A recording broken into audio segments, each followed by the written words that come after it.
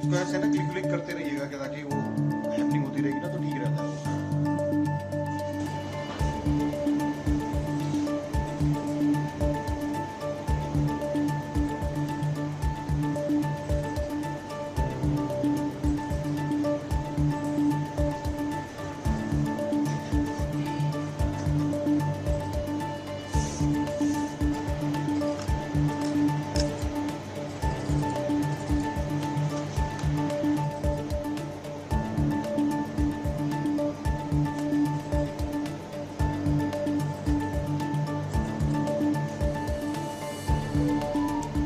Delhi police ने ECIL electronics communication of India limited की मदद से 437 कैमरास टोटल इंस्टॉल किए हुए हैं सर, जिसका पूरा मॉनिटरिंग तुगलक रोड थाने के अंदर इस कंट्रोल रूम के अंदर स्थित है।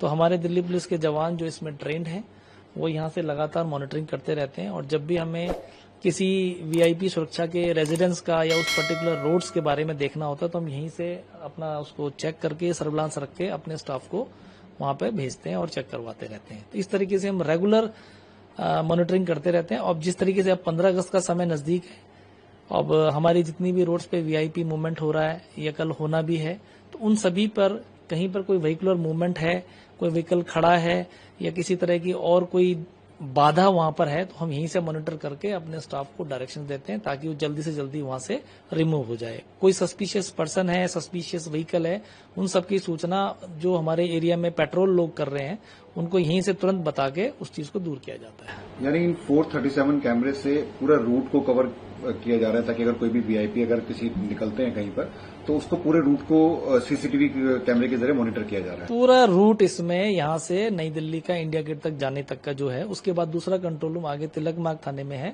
लेकिन यहाँ से इनके रेजिडेंस से और तिलक मार्ग तक जाने का जो C हेक्सागन जिसपे आपका वॉर मेमोरियल है वहां तक जाने का पूरा मूवमेंट हमारा CCTV कैमरा से कंट्रोल्ड है। तो सर ये हाई डेफिनेशन CCTV कैमरे हैं, अगर इनकी क्वालिटी की बात की जाए कि रात में किस तरह से मॉनिटर करते हैं आप लोग, तो उसके बारे में थोड़ा बताओ। हाँ सर, इसमें बहुत ही हाईली सेंसिटिव कैमराज हैं जो बरसात में, इवन रात में, नाइट विजन का बहुत स्ट्रांग है। रात में भी ये कैमरा आपको ऐसे लगेंगे जैसे हम दिन के टाइम देख रहे हैं। कोई भी व्हीकल है अगर वो कोई वारदात करके जा रहा है तो उसका नंबर प्लेट हम इसमें आसानी से ढूंढ लेते हैं सर।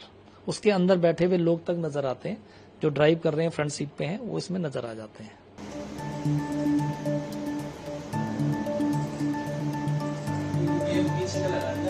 आगे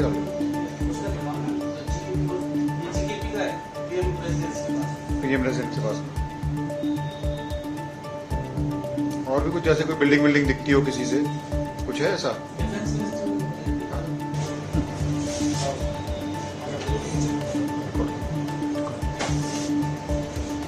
नई दिल्ली एक VVIP एरिया है और यहाँ पे काफी मूवमेंट 15 अगस्त के चलते हुए होती है और इन जनरल भी होती है, लेकिन 15 अगस्त को स्पेसिफिकली हम देखा जाए तो इसके अंदर काफी एडिक्वेट सिक्योरिटी फोर्स हमने लगाई हुई है। जो इनपुट्स मिले उनको ध्यान में रखते हुए भी हमने काफी सिक्योरिटी फोर्स लगाई है। CAPF और लोकल पुलिस का एडिक्वेट डिप्लॉयमेंट होगा।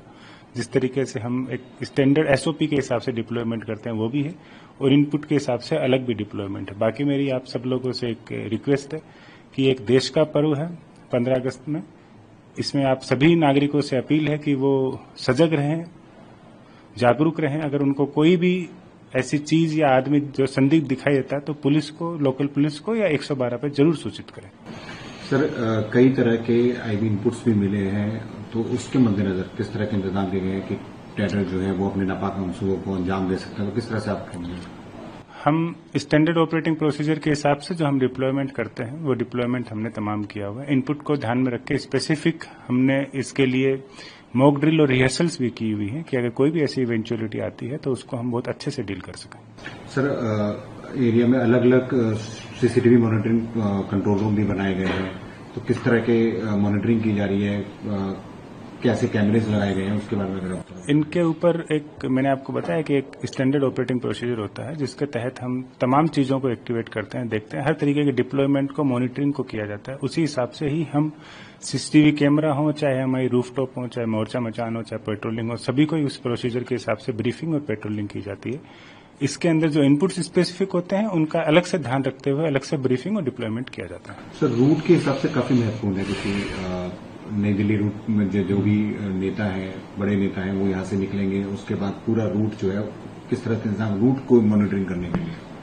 उसके लिए डेडिकेटेड फोर्स लगाई जाती है और मॉनिटरिंग के लिए डेडिकेटेड ऑफिसर भी लगाए जाते हैं जो इनको सुपरवाइज करते हैं। उसी ही एसओपी को ही हम फॉलो करेंगे और जो भी इनपुट होंगे उन इनपुट के बेसिस पे अगर लास्ट मिनट भी कोई इनपुट आता है उसको ध्यान में रखते हुए उस तरीके से मॉडिफिकेशन उसमें काम किया जाता है।